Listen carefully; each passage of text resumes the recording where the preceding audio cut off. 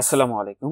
বাংলাদেশ ব্যাংকের bankers selection কমিটির সদস্যভুক্ত বিভিন্ন ব্যাংক ও আর্থিক প্রতিষ্ঠান নিম্নে বর্ণিত 7টি পদের ক্যাটাগরিতে 608টি পদের সংখ্যায় নিয়োগ বিজ্ঞপ্তি প্রকাশিত হয়েছে। বিভিন্ন ধরনের শিক্ষাগত যোগ্যতাতে এটি আবেদন করতে পারবেন। তো এটিতে আপনারা বাংলাদেশের সকল জেলা থেকে পুরুষ ও মহিলা উভয় প্রার্থী আবেদনটি করতে পারবেন। নিয়োগের 1 নম্বর পদটি ছিল প্রোগ্রামার, যেটির পদের সংখ্যা রয়েছে 2টি বাংলাদেশ কৃষি ব্যাংকের। 2 নম্বর পদটি ছিল সিনিয়র অফিসার আইটি, পদের সংখ্যা ছিল 166টি সোনালী ব্যাংক পিএলসিতে। 3 নম্বর পদটি ছিল অ্যাসিস্ট্যান্ট প্রোগ্রামার অথবা সহকারী প্রোগ্রামার, পদের সংখ্যা রয়েছে 35টি। সোনালী ব্যাংক পিএলসিতে রয়েছে 31টি। রাজশাহী কৃষি উন্নয়ন ব্যাংকে রয়েছে 2টি, বাংলাদেশ হাউস বিল্ডিং ফাইন্যান্স কর্পোরেশনে রয়েছে 1টি এবং কর্মসংস্থান ব্যাংকে রয়েছে 1টি। 4 নম্বর পদটি ছিল অ্যাসিস্ট্যান্ট মেইনটেন্যান্স ইঞ্জিনিয়ার অথবা অ্যাসিস্ট্যান্ট ইঞ্জিনিয়ার আইটি, পদের সংখ্যা রয়েছে 69টি। এটিতে সোনালী ব্যাংক পিএলসিতে রয়েছে 47টি, বাংলাদেশ কৃষি উন্নয়ন ব্যাংকে রয়েছে 2টি, প্রবাসী কল্যাণ ব্যাংকে রয়েছে 20টি। 5 নম্বর পদটি রয়েছে অ্যাসিস্ট্যান্ট ডাটাবেজ অ্যাডমিনিস্ট্রেটর, পদের সংখ্যা রয়েছে 2টি, এটি হলো সোনালী ব্যাংক পিএলসিতে। 6 নম্বর পদটি রয়েছে অফিসার আইটি, এটিতে পদের সংখ্যা রয়েছে 332টি, এটিতে সোনালী ব্যাংক পিএলসিতে রয়েছে 183টি, জনতা ব্যাংক পিএলসিতে রয়েছে 100টি, অগ্রণী ব্যাংক পিএলসিতে রয়েছে 43টি, প্রবাসী কল্যাণ ব্যাংকে রয়েছে 6টি। 7 নম্বর পদটি হচ্ছে অ্যাসিস্ট্যান্ট নেটওয়ার্ক সিস্টেম ইঞ্জিনিয়ার, পদের সংখ্যা রয়েছে 2টি, এটি রাজশাহী কৃষি উন্নয়ন ব্যাংকের। তো নিচের অংশে আপনাদের আবেদন সংক্রান্ত শর্তাবলী দেওয়া রয়েছে। আবেদনের ক্ষেত্রে আপনাদের যে বয়স নির্ধারণ করা হয়েছে সেটা হলো 18 নভেম্বর 2024 তারিখে। ক্রমিক নং 1-এর প্রার্থীদের সর্বোচ্চ বয়সসীমা আপনারা 35 বছর হতে হবে, তাহলে আবেদন করতে পারবেন। এবং ক্রমিক নং 1 ব্যতীত সকল প্রার্থীদের বয়স সীমা সর্বনিম্ন 21 ও সর্বোচ্চ আপনার 32 বছরের মধ্যে হতে হবে, তাহলে আবেদনটি করতে পারবেন। তো এটির আবেদনটি ইতিমধ্যে শুরু হয়েছে। আবেদনটি শেষ হবে 21 মে 2025 খ্রিস্টাব্দ তারিখ রাত 11:59 যে সকল প্রার্থীরা আবেদনটি করবেন, যদি বাংলাদেশ ব্যাংকে পূর্বে আপনার এখানে রেজিস্ট্রেশন করা থাকে, সেক্ষেত্রে আপনার সিভি আইডেন্টিফিকেশন নাম্বার পাসওয়ার্ডটা দিয়ে সাবমিট অ্যাপ্লিকেশনে ক্লিক করলে আবেদনটি সম্পন্ন হয়ে যাবে।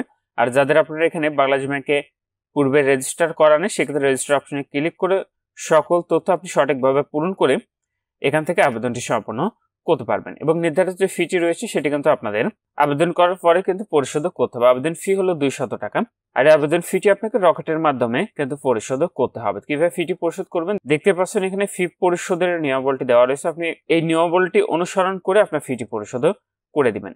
তো আপনারা যে সকল প্রার্থীরা এটাতে আবেদনটি করতে চাচ্ছেন, শেষ তারিখের জন্য বসে না থেকে পূর্বে এটার আবেদনটি সম্পন্ন করে নেবেন। আপনি যখনই আবেদনটি করেন না কেন, আবেদনটি করার পূর্বে নিজ দায়িত্বে সম্পূর্ণ নিয়োগ বিজ্ঞপ্তি ভালো করে পড়ে বুঝে তারপরে আপনি আবেদনটি করবেন। নিয়োগের 1 নম্বর পদে আবেদনে আপনার শিক্ষাগত যোগ্যতা লাগবে স্বীকৃত কোনো বিশ্ববিদ্যালয় হতে কম্পিউটার সায়েন্স অথবা কম্পিউটার সায়েন্স অ্যান্ড ইঞ্জিনিয়ারিং অথবা ইলেকট্রিক্যাল অ্যান্ড ইলেকট্রনিক্স ইঞ্জিনিয়ারিং অথবা ইনফরমেশন অ্যান্ড কমিউনিকেশন টেকনোলজি সংশ্লিষ্ট বিষয়ে অনন্য দ্বিতীয় শ্রেণী বা সমমানের সিজিপিএ সহ 4 বছর মেয়াদী স্নাতক বা সমমানের ডিগ্রি থাকতে হবে। কোনো সরকারি অথবা স্বায়ত্তশাসিত অথবা আধা স্বায়ত্তশাসিত অথবা সংবিধিবদ্ধ প্রতিষ্ঠান সিনিয়র কম্পিউটার অপারেটর অথবা সহকারী প্রোগ্রামার অথবা সহকারী রক্ষণাবেক্ষণ প্রকৌশলী হিসাবে অনন্য 4 বছরের চাকরি অভিজ্ঞতা থাকতে হবে। মাধ্যমিক স্কুল সার্টিফিকেটে অথবা সমমান এবং ততোধিক পর্যায়ে পরীক্ষায় ন্যূনতম 2টিতে প্রথম বিভাগ অথবা শ্রেণী থাকতে হবে। গ্রেডিং পদ্ধতির ফলাফলের ক্ষেত্রে সরকারের নীতি প্রযোজ্য হবে। শিক্ষা জীবনে কোনো পরীক্ষায় 3য় বিভাগ অথবা শ্রেণী গ্রহণযোগ্য হবে না। 2 নম্বরে কোনো স্বীকৃত বিশ্ববিদ্যালয় হতে কম্পিউটার সায়েন্স অথবা ইলেকট্রিক্যাল অ্যান্ড ইলেকট্রনিক্স ইঞ্জিনিয়ার অথবা কম্পিউটার সায়েন্স অ্যান্ড ইঞ্জিনিয়ারিং অথবা ইনফরমেশন অ্যান্ড কমিউনিকেশন টেকনোলজি অথবা ইনফরমেশন অ্যান্ড কমিউনিকেশন ইঞ্জিনিয়ারিং অথবা সফটওয়্যার ইঞ্জিনিয়ারিং অথবা ইনফরমেশন টেকনোলজি অথবা computer science and software engineering অথবা computer science and telecommunication engineering সংশ্লিষ্ট বিষয়ে ন্যূনতম স্নাতকের সম্মান বা সমমানের ডিগ্রি থাকতে হবে। মাধ্যমিক স্কুল সার্টিফিকেট বা সমমান এবং ততোধিক পর্যায়ে পরীক্ষা সমূহের ন্যূনতম 2টিতে প্রথম বিভাগ অথবা শ্রেণী থাকতে হবে। গ্রেডিং পদ্ধতির ফলাফলের ক্ষেত্রে সরকারের নীতিমালা প্রযোজ্য হবে। শিক্ষা জীবনে কোনো পরীক্ষায় 3য় বিভাগ অথবা শ্রেণী গ্রহণযোগ্য হবে না।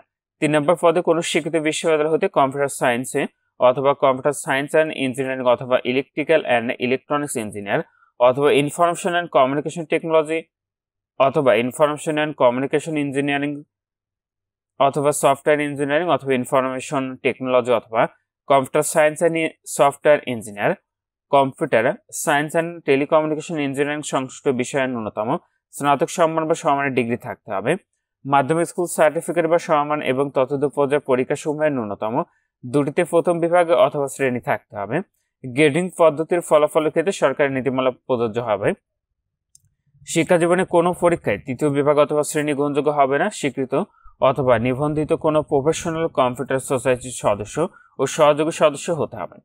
4 নম্বর পদে কোনো স্বীকৃত বিশ্ববিদ্যালয় হতে কম্পিউটার সায়েন্স অথবা কম্পিউটার সায়েন্স অ্যান্ড ইঞ্জিনিয়ারিং অথবা ইনফরমেশন অ্যান্ড কমিউনিকেশন টেকনোলজি অথবা ইনফরমেশন অ্যান্ড কমিউনিকেশন ইঞ্জিনিয়ার অথবা সফটওয়্যার ইঞ্জিনিয়ার অথবা ইলেকট্রিক্যাল অ্যান্ড ইলেকট্রনিক্স ইঞ্জিনিয়ার অথবা ইনফরমেশন টেকনোলজি অথবা computer science and software engineering অথবা computer science and telecommunication engineering সংশ্লিষ্ট বিষয়ে ন্যূনতম স্নাতক সম্মান বা সমমানের ডিগ্রি থাকতে হবে। মাধ্যমিক স্কুল সার্টিফিকেট অথবা সমমান এবং ততোর্ধ্ব পর্যায়ে পরীক্ষার সময় ন্যূনতম দুটিতে প্রথম বিভাগ অথবা শ্রেণী থাকতে হবে। গ্রেডিং পদ্ধতির ফলাফলের ক্ষেত্রে সরকারের নীতিমালা প্রযোজ্য হবে।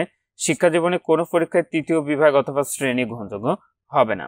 5 নম্বর পদে কোনো স্বীকৃত বিশ্ববিদ্যালয় হতে কম্পিউটার সায়েন্স অথবা কম্পিউটার সায়েন্স অ্যান্ড ইঞ্জিনিয়ারিং অথবা ইলেকট্রিক্যাল অ্যান্ড ইলেকট্রনিক্স ইঞ্জিনিয়ারিং অথবা ইনফরমেশন অ্যান্ড কমিউনিকেশন টেকনোলজি অথবা ইনফরমেশন অ্যান্ড কমিউনিকেশন ইঞ্জিনিয়ার অথবা সফটওয়্যার ইঞ্জিনিয়ার অথবা ইনফরমেশন টেকনোলজি অথবা computer science and software engineer অথবা computer science and telecommunication engineering সংশ্লিষ্ট বিষয়ে ন্যূনতম স্নাতক সম্মান বা সমমানের ডিগ্রি থাকতে হবে।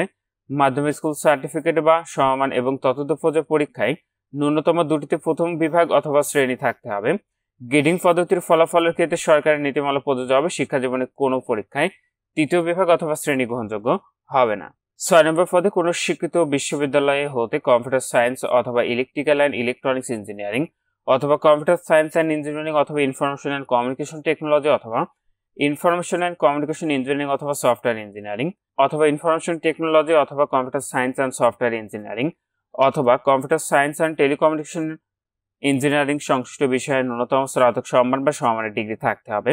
মাধ্যমিক স্কুল সার্টিফিকেট বা সমমান এবং ততোর্ধ্ব পর্যায়ে পরীক্ষায় ন্যূনতম একটিতে প্রথম বিভাগ অথবা শ্রেণী থাকতে হবে এবং গ্রেডিং পদ্ধতির ফলাফলের ক্ষেত্রে সরকারি নীতিমালা প্রযোজ্য হবে। শিক্ষা জীবনে কোনো পরীক্ষায় তৃতীয় বিভাগ অথবা শ্রেণী গ্রহণযোগ্য হবে না। সর্বশেষ 7 নম্বর পদের ক্ষেত্রে কোনো স্বীকৃত বিশ্ববিদ্যালয় হতে কম্পিউটার সায়েন্স অথবা কম্পিউটার ইঞ্জিনিয়ারিং অথবা ইলেকট্রিক্যাল অ্যান্ড ইলেকট্রনিক্স ইঞ্জিনিয়ারিং বা ইলেকট্রনিক্স অ্যান্ড কমিউনিকেশন ইঞ্জিনিয়ারিং অথবা ইনফরমেশন অ্যান্ড কমিউনিকেশন টেকনোলজি সংশ্লিষ্ট বিষয়ের ন্যূনতম স্নাতক সম্মান বা সমমানের ডিগ্রি থাকতে হবে। মাধ্যমিক স্কুল সার্টিফিকেট বা সমমান এবং ততোর্ধ্ব পর্যায়ে পরীক্ষার সমূহে ন্যূনতম দুটিতে প্রথম বিভাগ অথবা শ্রেণী থাকতে হবে। গ্রেডিং পদ্ধতির ফলাফলের ক্ষেত্রে সরকারি নীতিমালা প্রযোজ্য হবে এবং শিক্ষা জীবনে কোনো পরীক্ষায় তৃতীয় বিভাগ অথবা শ্রেণী গ্রহণযোগ্য হবে না। তো আপনার জিপিএ বা সিজিপিএ এর বিপরীতে পূর্বের প্রথম ও দ্বিতীয় বিভাগের শ্রেণী নিম্নরূপ কিভাবে আপনি নির্ধারণ করবেন নিচের অংশে এখানে দেখতে পাচ্ছেন লেখা রয়েছে। তো এখানে এই ছিল বাংলাদেশ ব্যাংকের ব্যাংকার সিলেকশন কমিটির সদস্যভুক্ত ব্যাংক অথবা আর্থিক প্রতিষ্ঠানের নিয়োগ বিজ্ঞপ্তি। তো আজকের ভিডিওটি এ পর্যন্ত। যাদের নিয়োগ বিজ্ঞপ্তি এবং আবেদনের লিঙ্কটি প্রয়োজন হবে অবশ্যই কমেন্ট করবেন। নিয়োগ বিজ্ঞপ্তি আবেদনের লিঙ্কটি আপনাদেরকে দিয়ে দেব। আজকের ভিডিওটি এ পর্যন্ত। ভালো থাকুন, সুস্থ থাকুন, এফআই থাকুন। আল্লাহ হাফেজ।